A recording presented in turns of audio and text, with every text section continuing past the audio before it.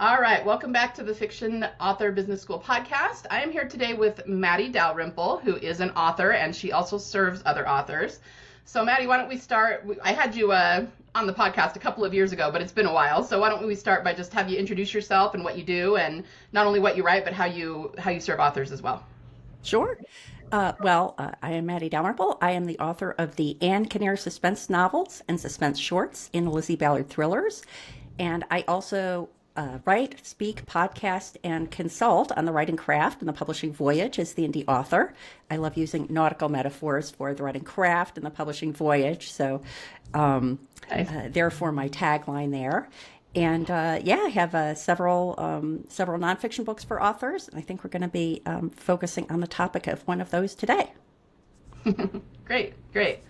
Yeah, well, I mean, one of the things that we wanted to talk about is how authors can become speakers and kind of use that as a second line of income. I know that a lot of authors want to do that or are interested in that, but they may not know how to get started.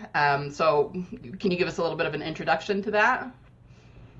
Yeah, I think that that this idea of multiple streams of income is so important for people who are looking to really make the creative life their income earning life. You know, it's one thing if you're holding down a day job, as I did for many years, and you're kind of doing this as a side hustle. But if you want to go full time, then normally just being an author, as wonderful as that is generally not enough to produce enough income to live on.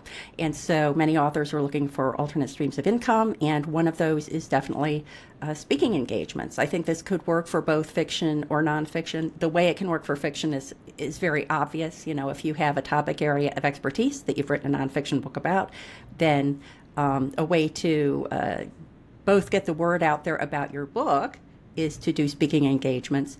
But the opposite can be true too. You can use the book as a calling card for applying for speaking engagements. That's really how it's worked out for me for my nonfiction books. I've, I would say, made much more for my speaking engagements about the topics of my books than I have from actual sales of the books. But it's a virtuous cycle, you know, one feeds the other. And so it can be a great way to earn income, and it can also be a great way just to expand your community, both among event organizers and other speakers, but also among the audiences that you would be serving. Sure, sure. So can you speak a little bit to, I mean, I think that most of my listeners are going to be fiction authors rather than nonfiction, but I'm sure that a lot of them, they're not sure how to approach speaking, specifically because they don't have that nonfiction topic that, you know, that's really obvious to talk about. So as a fiction author, like, would they be talking about their stories, about their genres, or like, do you recommend that they come up with talking points? Like, how would they approach that? Yeah, I think that for fiction authors, the benefits that you can get from a speaking career are probably more focused on community building than they are income earning. And so, you know, whereas an event organizer might pay several hundred or even several thousands of dollars to have somebody come to their event, you know, they're, let's say, a writer event, and you're going to do a keynote on the benefits of indie publishing or what have you, then that can be a definite income earning opportunity. I don't see that many opportunities for people to go and specifically pitch their fiction work unless you're already a huge name. And I'm sure that the biggest names in fiction are getting paid loads of money to go talk to enthusiastic readers. But I think that for most of us, the benefit there is getting to know getting to know the readers in your genre. A lot of these opportunities are going to be at genre-specific conferences. It's sort of like the perfect storm of finding the people that you want to reach, because, you know, they are there, they are participating in that event because they love books like yours.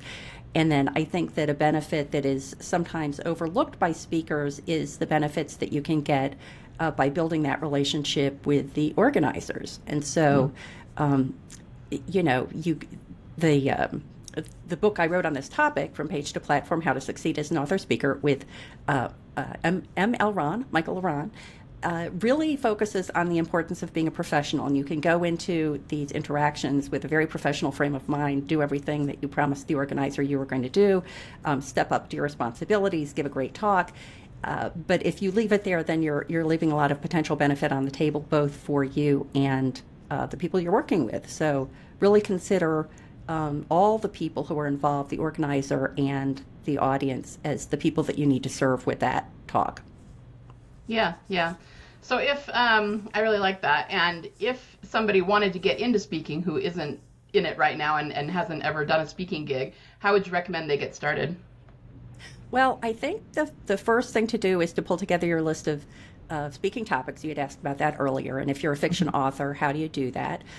There are going to be forums where just going on and talking about your book is appropriate. You know, there are, I think podcasts is a great way to start, especially for people who are maybe uncomfortable with speaking. Maybe the idea of getting up in front of a group of people, you know, in front of on a podium at a conference in front of dozens or maybe hundreds of people, maybe that's kind of alarming. But podcasts can be great because, you know, here we are chatting, just two people. Nobody else is watching or listening, right? And so It can be a much more comfortable experience to sort of ease into it. There are lots of podcasts that focus on specific genres. Just go to your podcast player and search for your genre and see what comes up. There, talking about your book is perfect. You don't want to just have it be, in no circumstance do you ever want to take advantage of one of these speaking engagements and have it be, buy my book, buy my book, buy my book. I mean, that's just general advice. On social media, in cocktail party conversations, anywhere, that's a bad approach.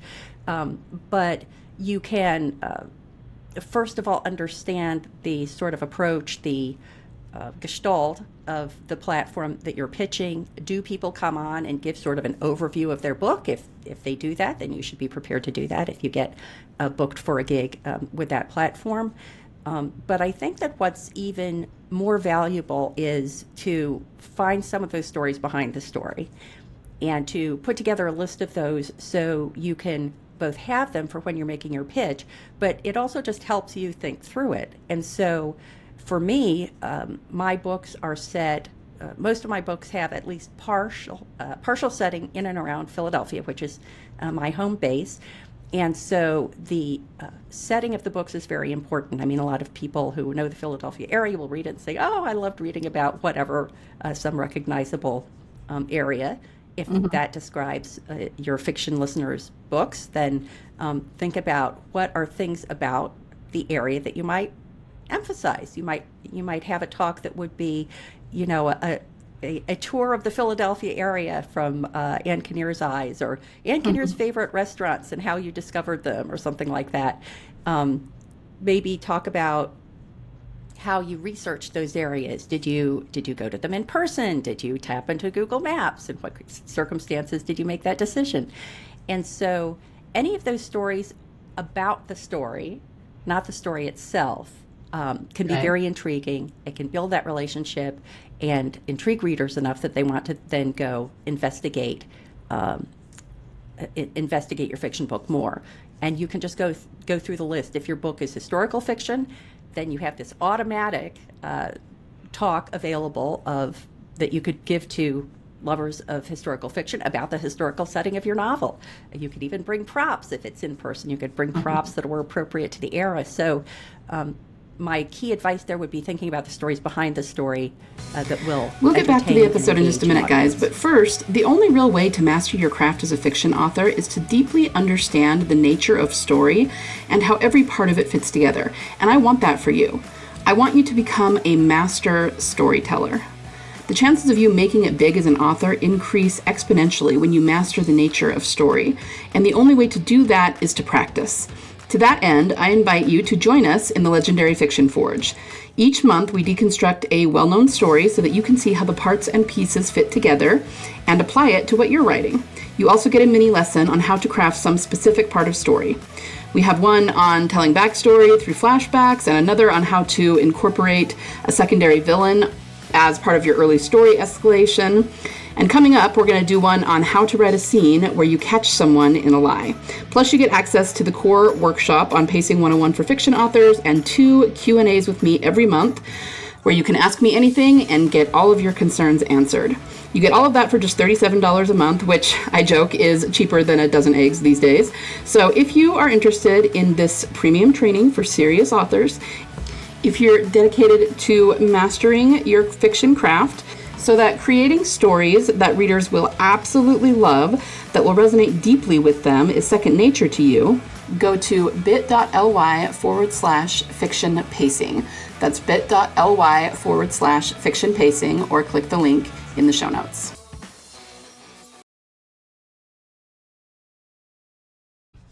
Yeah, I really like that. And I mean, even aside from, keynote speaking, which I think is what most people are thinking of, I think those actually could be really good answers to how to do a podcast for authors, or even social media for authors. We're always wondering what to post other than our blurb. But that would be one thing, just to come up with all the stories around the story. Even how you come up with characters, I think, is interesting to readers. You say, oh, I have this character, I wanted him to be this way, I wanted him to be insecure about that, I wanted to show him grow this way, even things like that.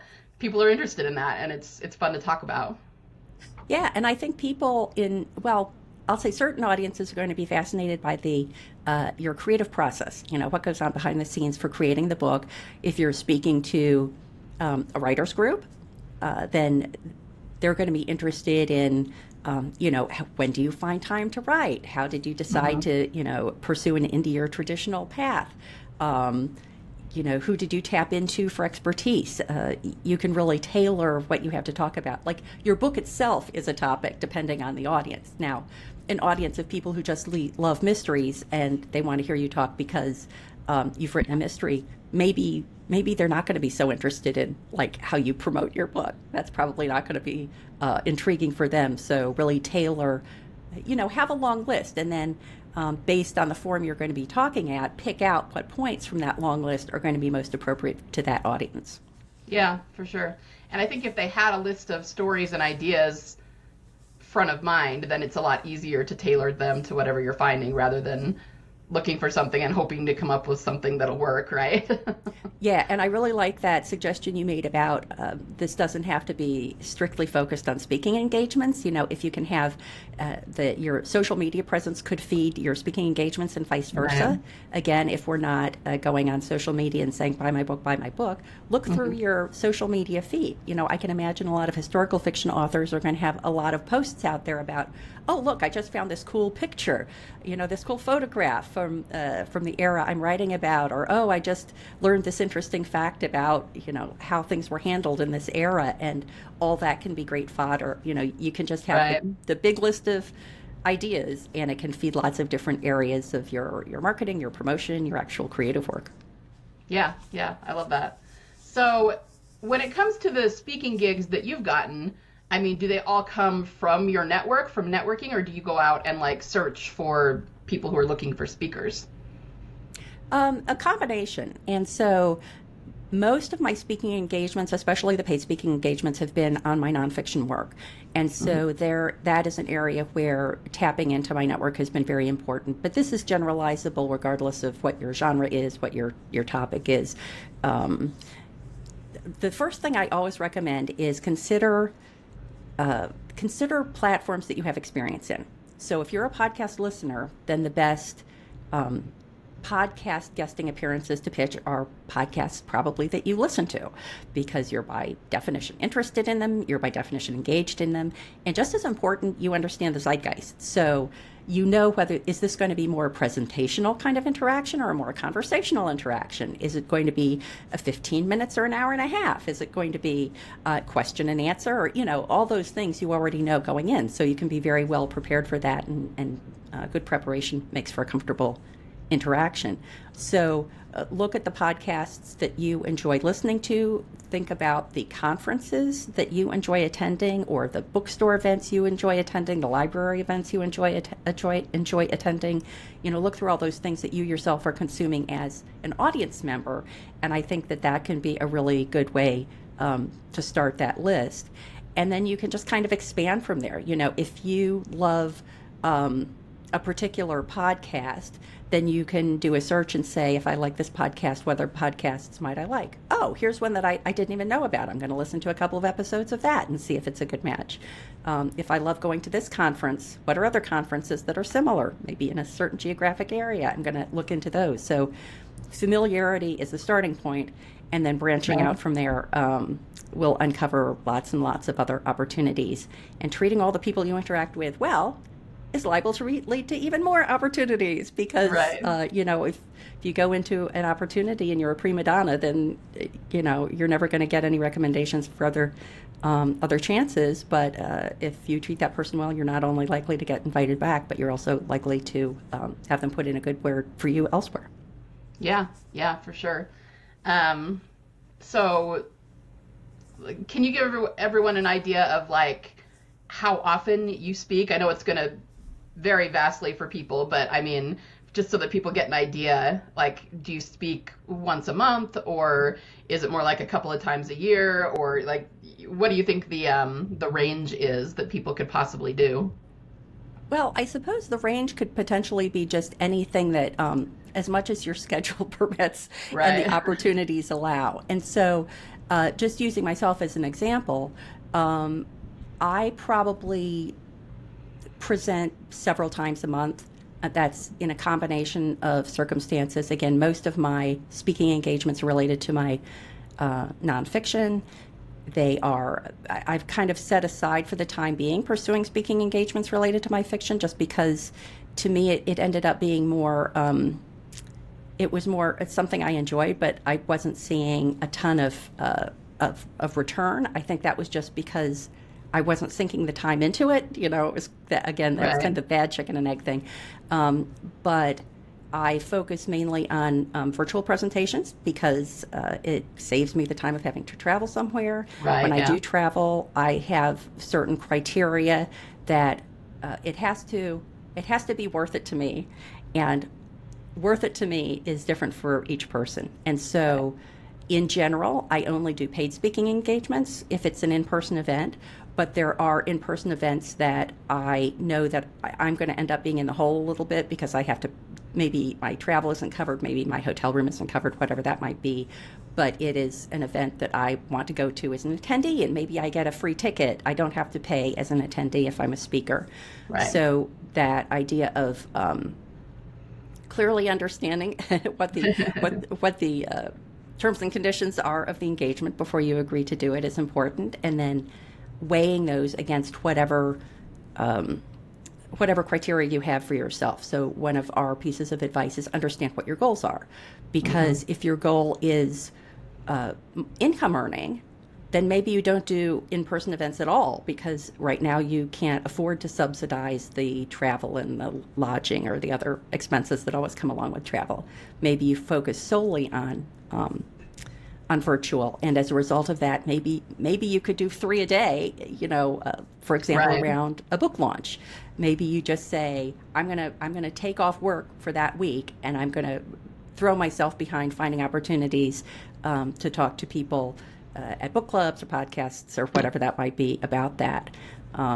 Maybe you're doing this more as like a resume builder, and so maybe you get one invitation to a really big, well-known, prestigious conference, and maybe that's enough. Maybe you have now accomplished what you wanted to because you can now put on your resume that you were a speaker at this conference.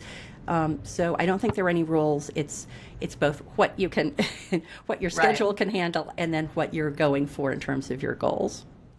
Yeah, and maybe it's important to mention that. I mean, there are professional speakers out there who aren't necessarily fiction authors, like the kind of people that get paid thousands of dollars to go to events and everything. And I think it's important to understand that even though that's obviously possible if you want to do that, they put a lot of time into seeking for events. Yeah. And then, of course, you have to build. Usually, people aren't making that much money the first time they speak. You have to build that up over speaking gigs, like anything else.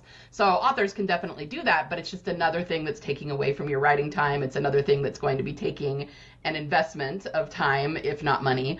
So it's doable, but you just, like you said, I think it's about how much you want to put into it and what's worth it for you.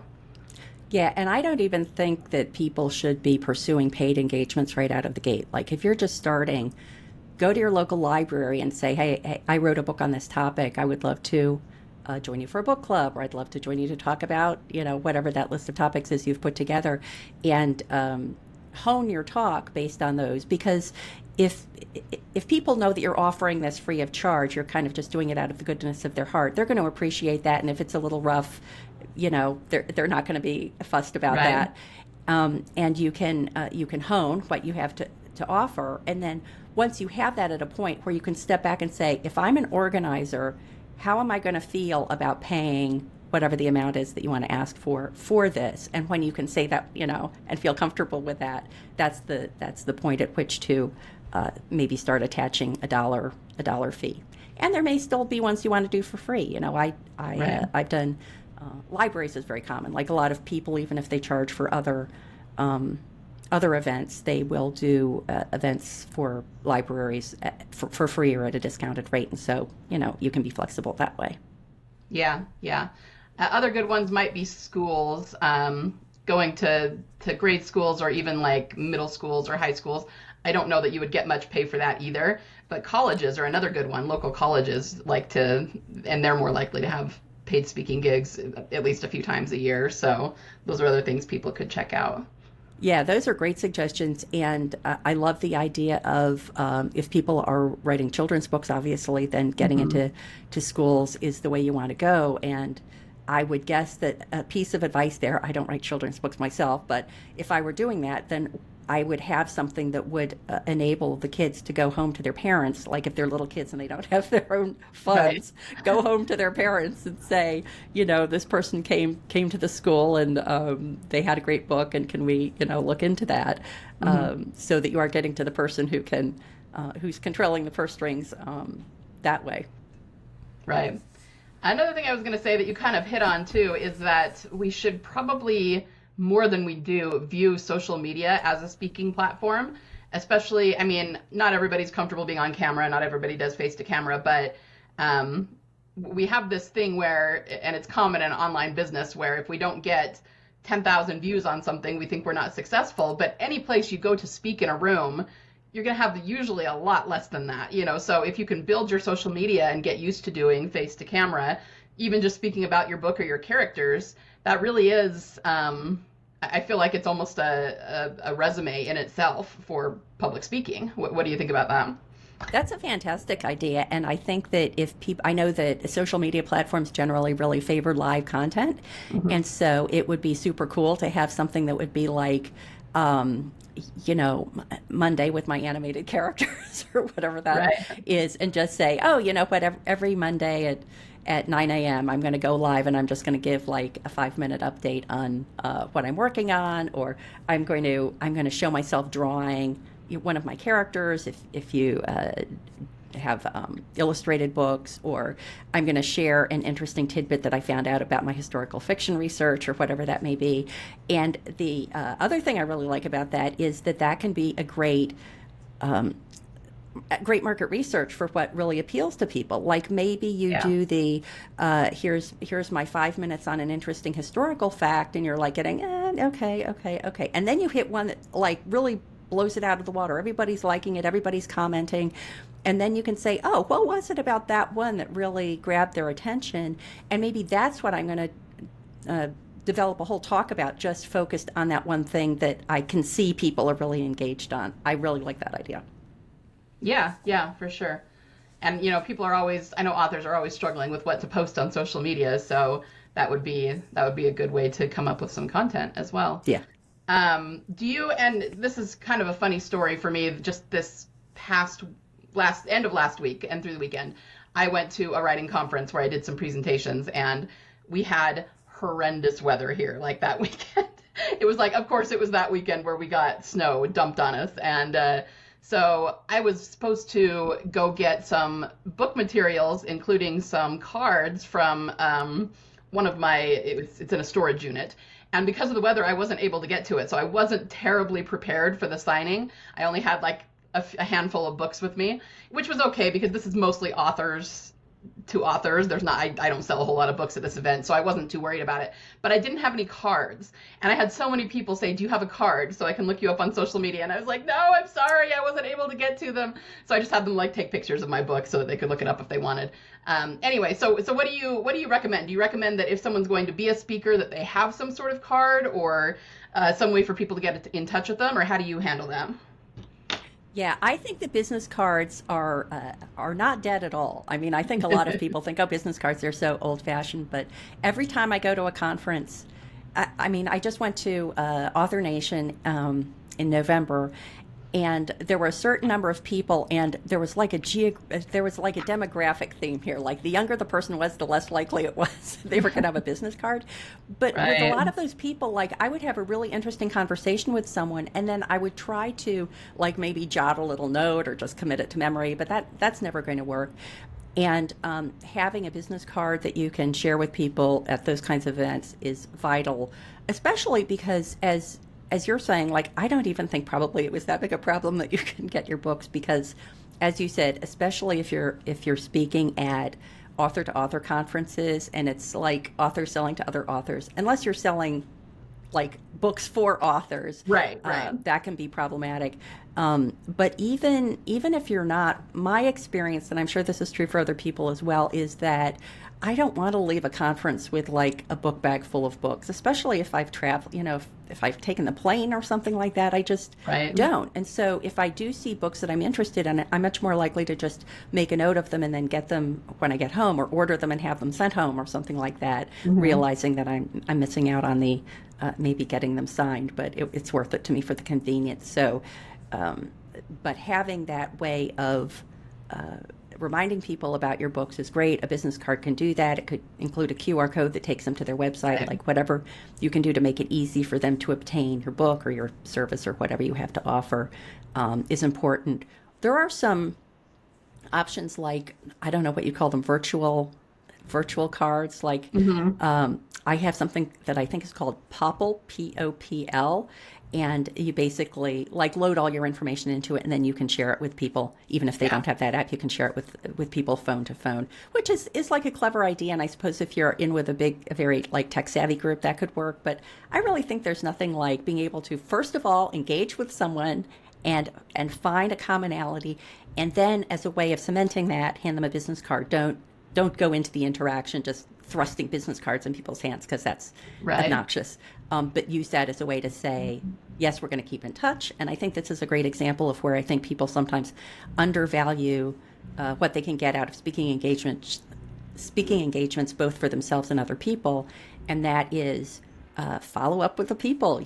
Hopefully now you have their business card, and when you get home, or maybe even that evening in your hotel room, just drop them a note and say, yeah, I loved our conversation about such and such. I would love to follow up with you. Can we have a quick 15-minute virtual coffee or whatever that might be? Then you pave the way to other opportunities. Yeah, for sure. I was going to say, I had something like that too. I don't know if it was Popl or a different one, but it was introduced to me at a conference that was not authors, but entrepreneurs who were very tech savvy. And the thing about it is, it was great. And I did swap information with several people, but I only ever used it in that group. And I think it's important to remember that just like there's a lot of people who read ebooks, but there's a whole other audience who don't like ebooks and still read print books, it's kind of the same thing. Like with the tech savvy people, you can do that, but there's a whole large group of people out there that aren't tech savvy enough to use those cards. And even if you gave them one, they might be like, oh, that's super cool, but they're never going to look at it again. So you kind of want to make sure that you're covering everybody, and knowing that also some people are non-marketers, but they're not there to network necessarily.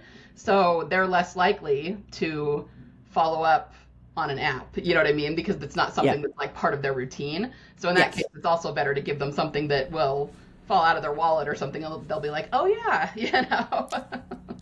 Yeah, and a tip that Michael, my co-author, finally talked me into is to put a picture on your business card. Like, yes, this felt creepy, but he eventually talked me into putting my photo on it, because like you leave a conference, how many business cards do you have? A bazillion.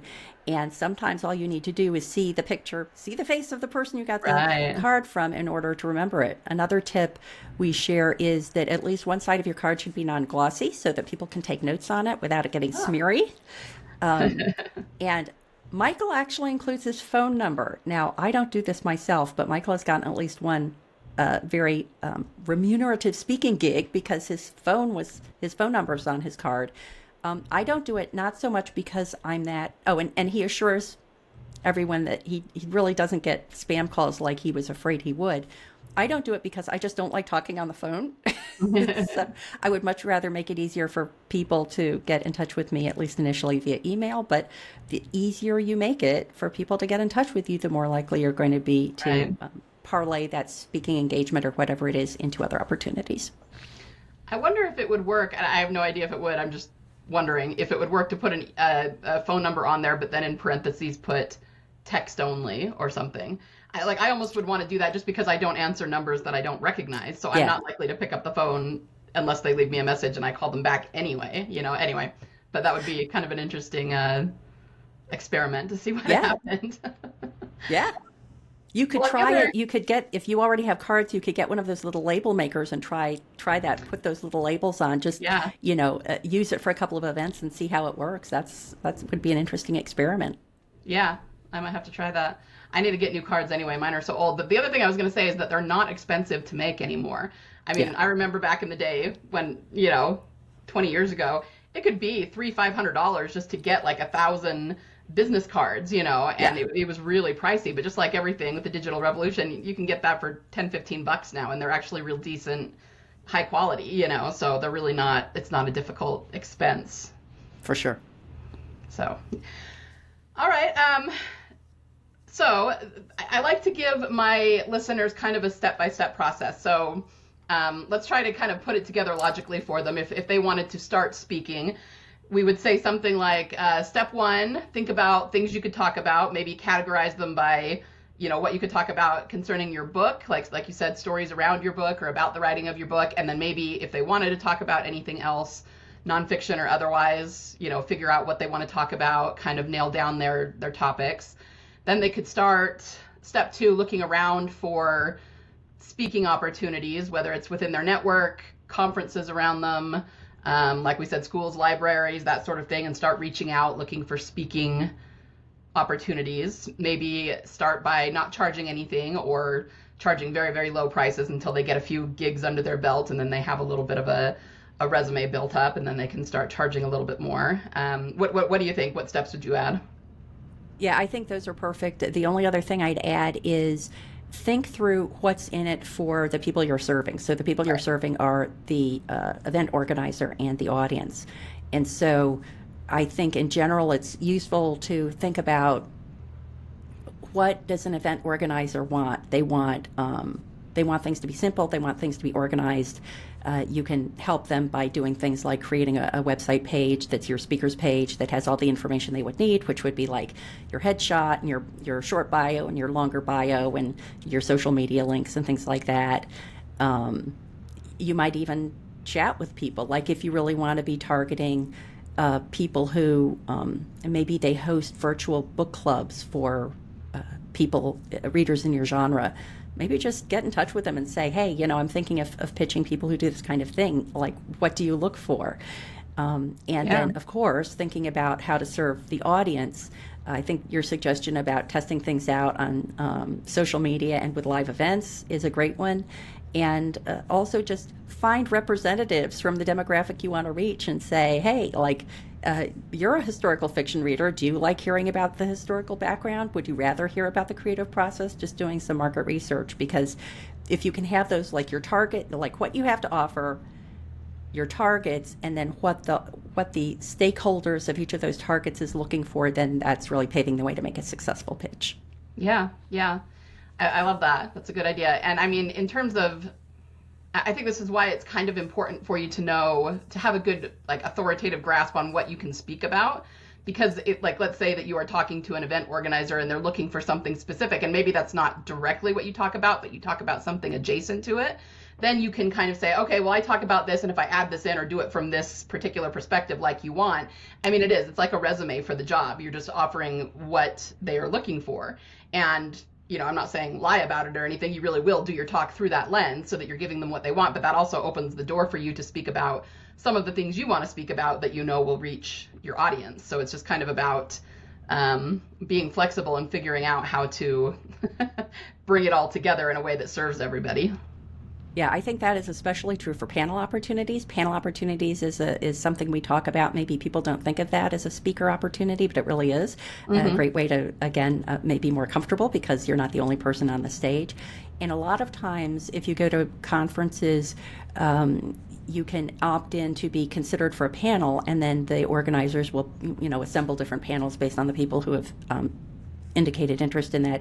And they can't always make like logical logical connections. So, for example, I went to a crime fiction conference and I was put on a panel talking about law enforcement officers making difficult, like the gray area of law enforcement decisions or something like that. And I was like, well, unfortunately, none of my protagonists are law enforcement, but I thought I do have a very significant secondary character in one of my books who's a Philadelphia detective, and he's had to do some things that are kind of like out of the bounds of norms, specifically considering engaging my psychic character in his cases. And so I thought that's like legitimate. That's a legitimate, like you're saying, I'm not lying about my background, but I'm saying, hey, I've explored this topic because I have this significant character that is in law enforcement and he's struggling with these same issues. So yeah, I think that advice about don't think too narrowly about your topic is a really valuable one. Yeah. And that's another good point for people. Yeah, because I've done panels and things too. And if you try to, I mean, this is true across the board. We always talk about, even in our writing, trying to sound specific rather than trying to sound smart, right? Simplifying your writing. You don't want to be using a thesaurus on every other word or anything. And that's actually true of writing too. If you're trying to sound like the smart, savvy author who knows what they're talking about, people are going to see that fakeness from 10 miles away. But if you have specific examples about what you've written about and can tell stories, like you said, stories about your story, that's always going to come across as often. What am I trying to say? Authentic. There we go. I was going Yep. Authenticity. That's not quite right. It's going to come across as authentic, and people are going to appreciate that and really connect with it better anyway. So just being yourself and talking about whatever experience you do have on the topic is always going to be the best way to go. I think the best way to engage your audience. Yeah. Yeah, definitely. And here again, it's important to be matching who you're pitching. So like if you're a beginning author, let's say you're a beginning indie author and, you've just published your first book, you're going to have a lot of really great advice to offer to unpublished authors or people who are similarly at the same level. You're probably not going to want to pitch yourself as the keynote for the Writers Digest conference to speak on indie publishing. So just pick your topics accordingly. And then as your experience in any of those topics increases, then you can shift to address audiences that have a higher and higher level of understanding of the topic you're addressing. Yeah, for sure. Great. Well, I mean, I think this has been a really great conversation to get people started if this is something they're interested in. Anything else you want the audience to know before we wrap up?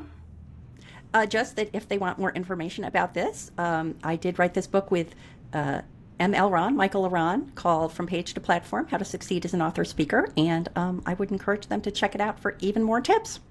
Sounds good. Yeah, I will make sure and link it in my show notes so people can find it. But thanks so much for being here with us, and I think it's been really valuable, so thanks for sharing all your insights. Oh, thank you so much for the invite. This was a fun conversation.